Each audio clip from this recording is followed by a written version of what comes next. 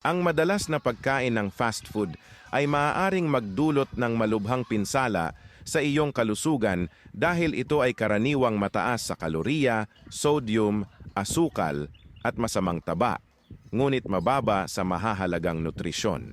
Pangmatagalang epekto sa kalusugan. 1. Pagtaba at obesity. Ang labis na kalorya at taba ay mabilis na nagpapadagdag ng timbang. 2. Type 2. Diabetes. Nagdudulot ng insulin resistance ang mataas na asukal at processed carbs. 3. Sakit sa puso. Ang trans fats at saturated fats ay nagpapataas ng bad cholesterol. 4. High blood pressure. Pinatataas ng labis na sodium o asin ang presyo ng dugo. 5. Sakit sa bato. Nahihirapan ang bato na i-filter ang sobrang asin at preservatives. Ito naman ang epekto sa pang-araw-araw na pakiramdam. 1.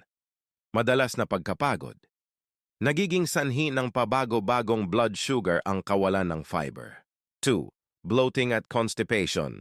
Nagdudulot ng paninigas ng dumi ang kakulangan sa prutas at gulay. 3. Problema sa balat. Maaaring maging sanhi ng acne o pimples ang mamantikang pagkain. 4. Mabilis magutom. Walang sapat na nutrisyon kaya madaling makaramdam muli ng gutom. Madalas ka ba mag-fast food? Naku, simulan mo nang itigil habang hindi pa huli ang lahat.